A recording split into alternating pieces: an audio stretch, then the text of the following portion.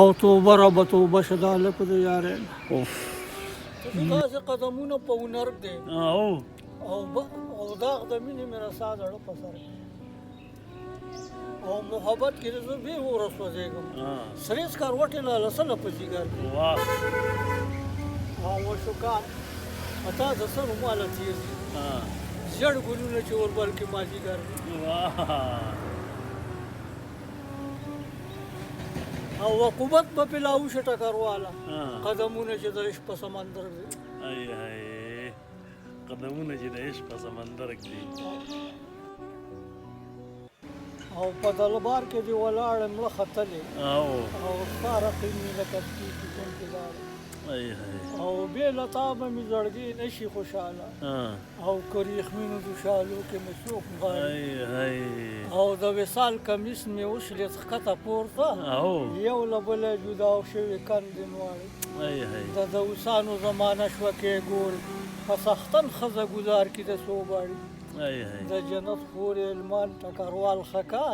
په قیامت کې خو به دې له خدایه غواړي واه یاره دا ته دا کې راټکې په دې نټ کې ټول ګرځېدلی غم هر امید مې په جپا د جانان سوځي او هر امید مې په جپا د جانان سوځي او چې دا زېمه که دا ټوله شوکان سوځي واه او نم د سترګو مې وچ بوټي زرغونه کړه نو اسویلو باندې مې پورته اسمان سوځي واه او په احسان به بختور انسان پوهېږي بې احسانه سره کړی احسان سوځي نو دا واده د که فقیر د پسې نه شو بې وادې به همیشه په نیران ای شیخه که تصویر د یار ښکاره کړي نو درنګ ساعت له د قلم او دیوان سوځي واه ډېر ښه او چې بوډا شماره شمېرې د او که تعلیم د عاشقۍ د زړه کېږي د عاشقۍ تعلیم خو که د نرانو دسترخواني د بدل او بې غیرته نه پوهېږي په دې چل او چې د بل تالي له ځای نو سوچ پرې وکړه او چې د سترګې کوزي نه وي لکه د غل موږ کله ناکله په دې کوڅه لګوو تا سره لګوو بل چا سره زمونږ خو یارې که نه ماماجي زه هم خو یاره په دې شوي نه پوهېږم دومره ډېر شوي دي کسکریز هم تا وړېدلي دي ګاډې واډې وایي چې لوټه ستاسو خبره چې لوټه اړې لاندې دی شاعر دی شاعر دی خو ټولو بوته ناستې خو د شعر په مطلب به پوه نه شي د څه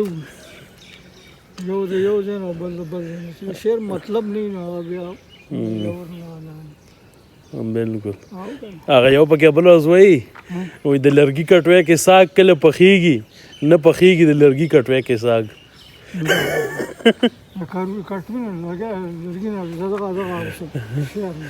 دا خبره دغه یو وایي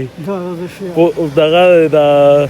تنقیدي نظر نومې دی تنقیدي نظر په فیسبوک کې آی ډي ده نومونه به ځان لا هغه ایښي دي او تو ته نه ویل ما یو شبړ غونته ماما دې که راغی نو هغه مخکې بیا چوڼم نه کوي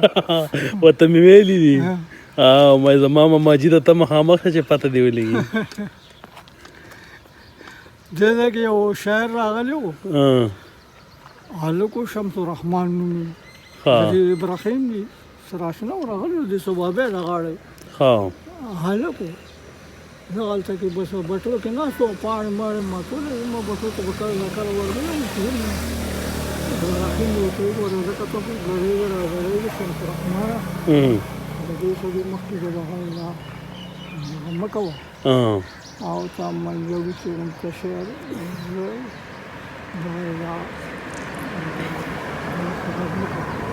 نه مړه دې په شعر پرېږدي خو زه خو دغه شان کړي برابر به